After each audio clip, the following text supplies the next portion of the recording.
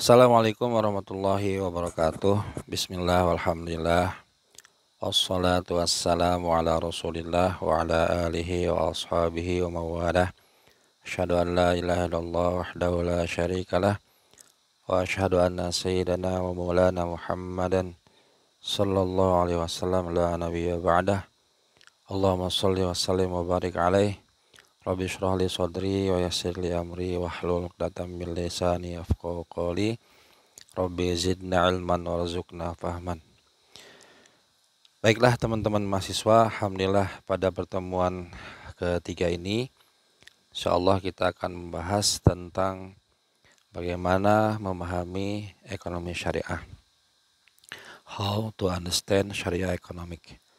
Teman-teman sekalian, pada pertemuan sebelumnya, pertemuan kedua, kita sudah membahas tentang bagaimana Islam adalah sebagai way of life atau pandangan hidup pada bagian pertama, dan pada bagian kedua kita sudah membahas tentang tiga komponen dasar dalam beragama Islam yang satu dan lainnya itu tidak bisa dipisahkan. Bisa dibedakan tapi tidak dipisahkan, yaitu komponen akidah, komponen syariah, dan komponen akhlak. Di mana bisa dikatakan bahwa akidah adalah pondasi, rukun iman, kemudian syariah adalah tiangnya atau rukun Islam, dan ihsan adalah buah ya dari akidah yang benar dan pengamalan syariah yang benar. Itu akan berbuah kepada ihsan atau lebih dikenal dengan akhlak. Dan kita sudah bahas bahwa aktivitas ekonomi itu bagian daripada syariah, di mana bagian syariah itu dibagi secara umum terbagi dua, yaitu ibadah dan muamalah. Ibadah dalam pengertian mahdhah, artinya hubungan vertikal seorang hamba kepada Robnya, kepada penciptanya, yang itu terejawantah di dalam pengamalan ibadah mahdhah harian, misalnya sholat 5 waktu sehari semalam, kemudian zakat, kemudian shaum Ramadan, kemudian haji, yang semuanya termaktub di dalam rukun Islam. Dan itu sudah paten, sudah final, yang tidak bisa sudah apa yang sudah dicontohkan Nabi yang tidak bisa dirubah gitu, atau ada istilah hal yang baru lagi gitu. Itu sudah paten, tidak bisa ditawar lagi, sudah sempurna. Yang kemarin kita sudah sampaikan ayatnya, al-yauma akmaltu lakum dinakum wa atmamtu alaikum ni'mati wa raditu lakumul islam madinah. Jadi Islam sudah sempurna. Lalu kemudian komponen yang kedua atau bagian yang kedua dari syariah, komponen syariah adalah muamalah. Dan kalau bicara muamalah, jelas ini lebih luas sekali cakupannya daripada mahdhah. Yang ibadah mahdhah itu kan sudah jelas ya, sedangkan yang muamalah ini cakupannya lebih luas. Salah satunya aktivitas ekonomi adalah bagian daripada muamalah. Teman-teman sekalian, untuk memahami materi di pertemuan ketiga ini, saya akan sedikit memberikan pengantar supaya teman-teman mudah memahaminya. Jadi baginda Rasulullah SAW pernah menyampaikan dalam sebuah hadis bahwa umat Islam ini akan mengalami 5 fase kehidupan. Kalau saya tidak salah 5 fase ya. Pertama adalah fase nubuwah atau nubuwah fase kenabian ya. Fase nubuwah itu maksudnya fase kenabian atau khilafah ala minhaji nubuwah gitu ya. Kemudian fase khulafah rasyidin yang kedua. Yang ketiga adalah fase mulkan aldon ya, mulkan aldon. Itu fase yang ketiga. Fase yang keempat adalah mulkan jabariyat. Yang kelima, yang terakhir adalah kembali ke fase awal, yaitu fase khilafah ala minhaji nubuwah. Nah, kalau kita runut bahwa fase yang pertama, fase nubuwah ya, fase nubuwah ini sudah jelas sudah selesai gitu. Artinya sudah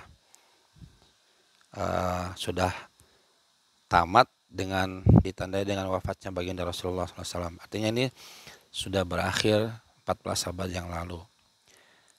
Pasca Rasulullah wafat, kemudian kepemimpinan umat Islam itu dilanjutkan oleh 4 khulafaur rasyidin ya, para khalifah pemimpin umat yang mendapat petunjuk, istilahnya khulafaur rasyidin. Dari zaman Abu Bakar, kemudian Umar, Utsman dan Ali radhiyallahu anhum, itu oleh para ahli sejarah dihitung kurang lebih 30 tahun masa atau periodenya itu. Nah, setelah wafatnya Ali bin Abi Thalib, khulafaur rasyidin itu kemudian berubah sistem menjadi mulkan aldon. Istilah hadisnya itu mulkan aldon tuh maksudnya sistem sistem kerajaan ya, monarki hereditas kerajaan turun temurun. Maksudnya nanti siapa yang akan menjadi pemimpin khalifah, kalau beliau meninggal maka digantikan oleh putranya dan seterusnya. Jadi monarki hereditas turun temurun gitu. Dan itu masih sistem khalifah gitu, masih sistem khalifah. Yang kita tahu dalam sejarah itu yang pertama adalah Daulah Bani Abbasiyah, Daulah Bani Umayyah yang berpusat di Damaskus ya, Syria kalau dulu Syria. Kemudian setelah itu berakhir, lanjut kepada khilafah yang besar juga di Baghdad ya, khilafah Bani Abbasiyah, di pusatnya di Baghdad di Irak. Kemudian muncul beberapa daulah yang ada di tempat-tempat lain, misalnya Andalusia Spanyol, kemudian Fatimiyah Mesir, Mongol India, dan Turki Utsmani di Turkiya. Dan itu negara-negara yang tetap masih berpegang teguh kepada Al-Quran dan Sunnah. Yang itu kemudian berakhir pada tahun 1924 di bulan Maret, ditandai dengan runtuhnya khilafah Islamiyah Turki Utsmani, dan setelah itu berubah bentuk menjadi sistem sistem sebagaimana yang dianut seperti hari ini. Jadi tidak ada lagi seorang khalifah yang menjadi acuan dalam mengambil keputusan, tetapi berubah seperti hari ini, misalnya ada negara terpecah-pecah gitu, ada yang sistem parlementer, ada sistem presidensial dan seterusnya. Dan itu ditandai dengan naiknya Mustafa Kemal Atatürk ya, yang disinyalir sebagai agen barat untuk menyusup ke dalam khilafah ya, kemudian merubah sistem khilafah menjadi sistem yang seperti hari ini. Dan itu fase mulkan aldon, dalam hadis Nabi itu oleh para ahli hadis dimaknai sebagai mulkan aldon. Mulkan Jabarian. Kalau mulkan aldon itu tadi yang masih sistem khilafah ya. Jadi setelah khilafah selesai, istilahnya menjadi mulkan Jabarian. Nah, nanti sampai hari ini ya teman-teman sekalian, itu masih fase mulkan Jabarian. Nanti pada akhir zaman akan kembali lagi sistem kepemimpinan Islam itu akan kembali kepada fase pertama, yaitu khilafah alamin haji nubuwah, dan itu menjelang hari kiamat. Ini diimani oleh kita semua sebagai umat Islam yang bermanhaj Ahlussunnah wal Jamaah, bahwa nanti di akhir zaman menjelang kiamat, Allah alam kapan itu akan terjadi, tapi pasti terjadi. Nanti akan keluar seorang pemimpin yang adil ya, disebut dengan Al-Mahdi, masih dari garis keturunan Rasulullah SAW, dan nanti akan memimpin umat Islam di dunia ini menjadi adil makmur ya. Jadi baldatun thayyibatun wa rabbun ghafur akan kembali dirasakan oleh umat manusia di muka bumi ini sebagaimana dirasakan pada zaman khilafah, pada zaman nubuwah, pada zaman kenabian. Tapi sudah tidak ada lagi nabi. Nanti kemudian Al-Mahdi ini ditemani oleh Nabi Isa alaihissalam yang nanti akan turun dari langit gitu, nanti akan membunuh Dajjal dan seterusnya. Itu nanti ceritanya panjang gitu. Tapi yang ingin saya sampaikan adalah teman-teman sekalian, kaitannya dengan ekonomi hari ini, bahwa kalau kita mengikuti apa yang tadi ditafsirkan oleh para ahli hadis tentang hadis Nabi tentang 5 fase tadi itu, maka kita dapat memahami titik temu atau benang merahnya bahwa pada zaman Nabi, kemudian Khulafaur Rasyidin sampai Mulkan Adon, ya 3 fase itu, zaman Nabi, Khulafaur Rasyidin, dan 3 fase ketiga yang Mulkan Adon itu, yang diakhiri dengan keruntuhan khilafah Utsmaniyah di Turki itu 1924, itu semua aktivitas kehidupan umat Islam itu jelas Islami. Artinya saat itu tidak ada istilah ekonomi Islam. Jelas kita tidak relevan bicara ekonomi Islam pada fase itu, karena sejatinya semua sistem kehidupan itu Islami gitu. Tidak ada tuh politik Islam, tidak ada itu ekonomi Islam, tidak ada itu ilmu sosial, ilmu budaya Islam, nggak ada. Semua integral gitu dengan Islam. Artinya bagaimana berekonomi, yaitu yang Nabi contohkan seperti itu.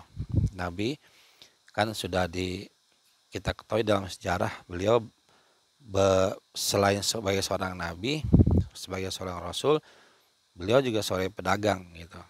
Artinya kan aktivitas ekonomi, beliau memberikan contoh bagaimana berekonomi yang sesuai Islam. Nah, bagaimana beliau berinteraksi bisnis dengan orang-orang Yahudi, dengan orang-orang Nasrani, ya, bahkan dengan orang-orang Majusi. Beliau praktekkan sistem bisnis atau sistem ekonomi yang tidak melanggar bagaimana yang sudah digariskan oleh Al-Quran dan Al-Hadis itu sendiri. Dan itu kemudian dipraktekkan, dicontoh dan kemudian dipraktekkan oleh para sahabat dan para tabi'in sampai kepada atba'ut tabi'in. Jadi ilmu pengetahuan Islami, semua aktivitas sudah Islami, ya. Jadi tidak relevan kemudian pada fase-fase tersebut kita menyebut ekonomi Islam. Nah, kapan itu kemudian terjadi apa yang disebut dengan Islamisasi ilmu pengetahuan atau Islamization of knowledge? Ya, setelah sistem khilafah Islamiyah itu tidak ada atau hancur, ya. Setelah Turki Utsmani tahun 1924 itu runtuh, dan kemudian peradaban berubah gitu. Jadi Barat kemudian yang mengambil kendali peradaban dunia, dan itulah kemudian kenapa kemudian hari ini kita bisa bicara tentang ekonomi syariah atau ekonomi Islam. Berarti seakan-akan bisa kita pahami bahwa kita ingin kembali mengislamkan sistem ekonomi yang sudah dibaratkan, kira-kira seperti itu teman-teman sekalian. Karena apapun aktivitas kita hari ini, baik itu ekonomi, ya, kemudian aktivitas politik dan seterusnya, jelas akan mengacu kepada siapa yang pegang kendali peradaban hari ini. Ya, kita tidak bisa pungkiri, ya, bahwa hari ini yang pegang kendali peradaban dunia itu bukan Islam, jelas Barat. Artinya kalau Barat, kita bicara Barat, berarti dalam tanda kutip Yahudi, Nasrani lah, seperti itu ya teman-teman sekalian. Maka kita ingin mengatakan bahwa kalau bicara ekonomi Islam, ya nggak bisa parsial gitu. Bicara ekonomi ya Islam tidak, tapi satu kesatuan. Di paragraf terakhir itu dinyatakan bahwa kalimat terakhir itu, oleh sebab itu tidak salah jika awal memahami ekonomi Islam adalah memahami Islam terlebih dahulu. Jadi gitu teman-teman sekalian. Jadi kalau kita ingin memahami ilmu ekonomi Islam, ya pahami dulu apa itu Islam gitu. Jadi nggak bisa parsial memahami ekonomi Islam tanpa memahami Islam itu sendiri. Maksudnya seperti itu teman-teman sekalian. Jadi untuk memahami ekonomi syariah, kita harus memahami bangunan syariah itu sendiri lebih awal gitu. Ini definisi dalam Islam. Sains, ya, ilmu pengetahuan dalam Islam lebih dimaknai sebagai segala pengetahuan yang terbukti kebenarannya secara ilmiah yang mampu mendekatkan manusia kepada Allah Subhanahu wa taala. Apa revelation standar, kebenaran absolut. Jadi sains, kalau kenapa dikatakan sains? Karena ilmu ekonomi dengan sistem ekonomi itu jelas dua hal yang berbeda, teman-teman sekalian. Jadi kalau Barat hari ini menyamakan economic system dengan economic science, jelas itu keliru, karena ilmu ekonomi dengan sistem ekonomi itu berbeda. Nah, Islam melihat bahwa ekonomi sebagai sains itu adalah kebenaran secara ilmiah yang pertama, yang kedua mendekatkan manusia kepada Allah SWT. Jadi ketika dia berekonomi atau dia sebagai seorang ekonom, bagaimana aktivitas ekonominya itu mendekatkan dia kepada Allah SWT. Seperti itu. Itu dalam perspektif Islam. Berbeda dengan perspektif umum gitu ya. Karena sains dikenal dalam dunia konvensional itu ilmu yang memenuhi kaidah ilmiah saja atau human creation. Jadi hanya memenuhi kaidah ilmiah saja. Jadi di situ tidak ada makna revelation standar atau standar kebenarannya itu dari wahyu gitu. Jadi apa yang dianggap rasional, logis, itulah ilmiah gitu. Kalau tidak logis, tidak ilmiah, ya mereka anggap itu bukan sebuah kebenaran dalam konteks ilmu pengetahuan. Sementara kita dalam agama kita bahwa kebenaran itu tidak harus selalu logis, ya tidak harus selalu empiris, tapi yang irasional kalau itu datangnya dari wahyu dari Allah Subhanahu wa taala dan disampaikan oleh Nabi SAW, itu adalah sebuah kebenaran. Ya, misalnya informasi yang sampai ke kita dari hadis Nabi tentang bagaimana nikmat dan siksa kubur, bagaimana kehidupan akhirat, pada mahsyar, hisab, mizan, sirat, kemudian surga dan neraka, siksa dan ancaman, itu kan secara ilmiah tidak bisa diempirikan gitu kan. Dan apakah kemudian sesuatu yang tidak empiris ya terus kita bilang itu tidak ilmiah? Kan tidak. Artinya itu wilayahnya ada wilayah iman. Nah, wilayah iman di situ, bukan wilayah akal. Baik, itu ya yang membedakan dalam memahami sains antara Islam dengan Barat. Di sini ketika kita bicara Islamisasi ilmu pengetahuan, paling tidak disajikan ada 3 tokoh.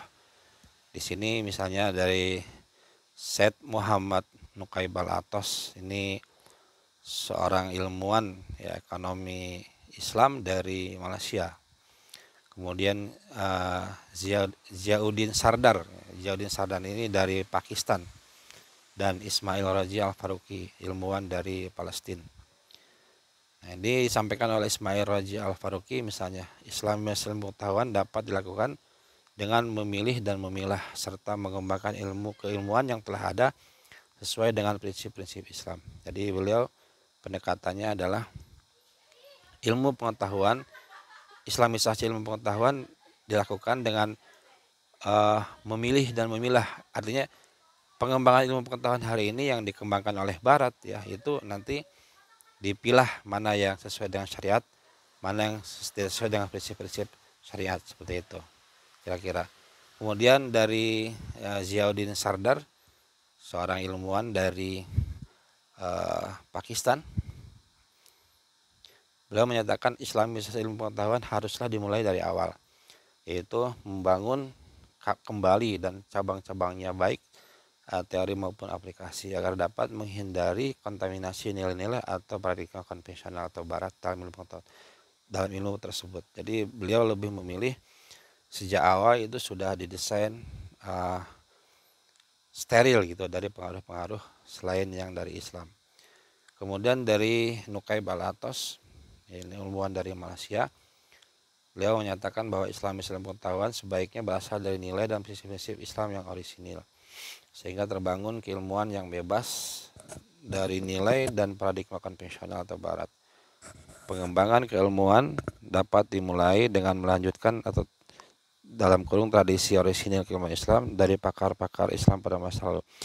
Kurang lebih kalau kita melihat apa yang disampaikan oleh Nukaibal Atos ini kurang lebih sama ya dengan Ziauddin Sardar. Jadi dari awal sudah dibangun orisinilitas gitu. yang berbeda dengan pendapat yang pertama tadi dari Ismail Roji Al-Faruqi. Kalau beliau menyatakan biarlah ilmu pengetahuan berkembang hari ini, walaupun itu Barat yang mengembangkan, tapi kemudian Islam memilih ya memfilter atau menyaring mana yang sesuai dengan prinsip-prinsip syariah Islam. Teman-teman sekalian, ini sedikit ulasan tentang sejarah ya, bagaimana keilmuan di dalam Islam. Kita masih bicara ekonomi secara ilmu ya, belum secara sistem. Tadi saya sampaikan tentang periode kenabian itu sampai 13 Hijriah, kemudian Khulafatur Rasyidin, kemudian dinasti Bani Umayyah yang tadi saya katakan berpusat di Damaskus ya, Suriah. Kemudian dinasti Bani Abbasiyah yang pusatnya di Baghdad. Kemudian pernah terjadi juga peristiwa sejarah dalam peradaban Islam, itu penyerangan dari tentara Mongol ya. Itu yang dipanglimai oleh Genghis Khan yang pernah menyerang Baghdad ya. Yang saat itu adalah pusat peradaban Islam di dunia. Artinya Barat pun saat itu masih dalam kondisi dark age, masih dalam kondisi kebodohan gitu ya, karena masih terbelenggu dengan dogma-dogma gereja, belum ilmu pengetahuan di Barat belum berkembang. Nah, ini sementara umat Islam atau dunia Islam ya sudah maju, peradaban Islam sudah maju. Kita mengenal para ilmuwan astronom, kemudian kayak Jabir bin Hayam dan seterusnya ya, ahli ekonomi, ahli fisika, ahli kimia, geografi, astronomi, itu banyak dari ulama-ulama Muslim di Baghdad itu ya. Dan kedokteran termasuk ya, misalnya kita mengenal Ibnu Sina ya, banyak sekali, kalau kita bahas itu panjang. Nah, itu kemudian diserang dan di bumi hanguskan lah. Kemudian manuskrip ilmiah yang ada di perpustakaan Baghdad itu mereka ambil, mereka curi, kemudian mereka bawa ke Barat ya, ke Yunani, diterjemahkan dan mereka pelajari. Dan khilafah berakhir pada periode Turki Utsmani ya, itu tahun 1924. Yang tadi saya katakan oleh yang paling bertanggung jawab terhadap kehancuran khilafah adalah seorang yang bernama Kemal Atatürk. Baik teman-teman sekalian, kita lanjutkan. Nah, ini kalau kita katakan sejarah ekonomi Islam pada hakikatnya bukanlah sebuah ilmu dari sikap reaksioner terhadap fenomena ekonomi konvensional. Awal keberadaannya sama dengan awal keberadaan Islam di muka bumi 1500 tahun yang lalu. Karena ekonomi Islam merupakan bagian yang tak terpisahkan dari Islam sebagai sistem hidup atau way of life. Islam yang diyakini sebagai jalan atau konsep hidup tentu melingkupi ekonomi sebagai salah satu aktivitas hidup manusia. Jadi dapat dikatakan bahwa ekonomi Islam merupakan aktivitas agama atau ibadah kita dalam berekonomi. Nah, clear ya teman-teman sekalian. Kalau kita bicara Islam, ya sejarah ekonomi Islam tuh dikatakan bukan reaksioner terhadap konvensional. Jadi kalau kita kaitkan dengan apa yang saya ceritakan tadi, justru aktivitas ekonomi termasuk salah satu dari aktivitas kehidupan kita itu memang harus berlandaskan Islam, seperti itu. Dulu seperti itu. Sampai kemudian berakhir dengan keruntuhan khilafah dan ekonomi kendalinya dipegang oleh Barat sampai hari ini. Jadi kalau dibuat bagan teman-teman sekalian seperti ini ya. Subsistem dalam sistem ekonomi, dalam sistem Islam sebagai way of life, sistem kehidupan, yang kemudian di sini dikatakan sistem ekonomi, sistem politik, sistem hukum, sistem sosial budaya, yang kemudian melahirkan aktivitasnya masing-masing.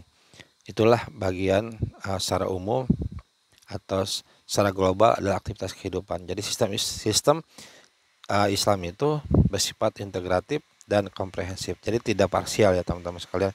Semuanya harus sesuai dengan apa yang dilandaskan oleh Al-Quran dengan hadis, karena Islam adalah sebagai way of life ya, sebagai sistem kehidupan. Jadi aktivitas ekonominya, aktivitas politiknya, hukum, sosial, budayanya harus berlandaskan oleh syariat Islam. Teman-teman sekalian, untuk memahami sejarah di sini dijelaskan tentang bagaimana perkembangan ilmu ekonomi Islam. Khusus ya teman-teman sekalian, ini khusus tentang ekonomi Islam, ilmu ekonomi Islam. Ketika perang dunia kedua berakhir ya, end of Second World War, itu political independence of Muslim countries, kemudian Islamic insurgence. Jadi pada akhir perang dunia kedua itu secara politik beberapa negara Muslim itu sudah merdeka ya. Kemudian ada kebangkitan Islam setelah Perang Dunia Kedua. Kemudian keinginan untuk bisa bebas to free of colonial influence. Jadi bagaimana negara-negara Islam itu kemudian punya keinginan untuk bebas dari penjajahan. Nah, pada tahun 1930 sampai 1940 itu yang berkembang adalah disiplin fikih dan ilmu kalam ya, fikih dan ilmu kalam. Kemudian tahun 1950 sampai awal tahun 60-an ekonomi sudah muncul, tapi masih pada tahap teaching and principle of Islam. Jadi masih dalam pengajaran-pengajaran yang sifatnya prinsip-prinsip saja gitu. Kapan kemudian bicara ekonomi Islam sebagai sebuah sistem itu terakhir tahun 70 sampai tahun 80-an, itu cause of Islamic economic and Islamic economic system. Jadi bicara ekonomi Islam sebagai sebuah sistem itu diawali dari tahun 70-an sampai tahun 80-an.